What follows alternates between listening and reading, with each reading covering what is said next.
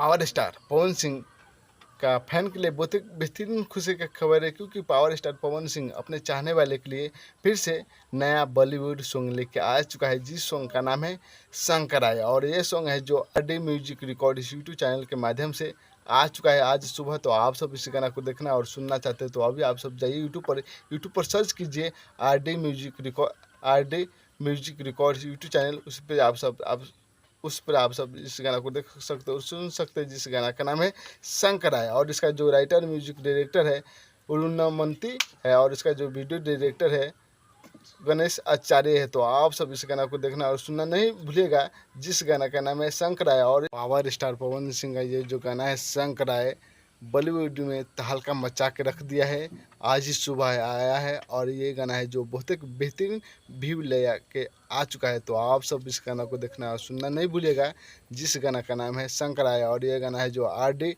Music record इस YouTube channel के माध्यम से आज सुबह आ चुका है। तो आप सब एक बार जरूर देखिएगा शंकराय सॉन्ग, स्टार पवन सिंह का न्यू सॉन्ग शंकराय।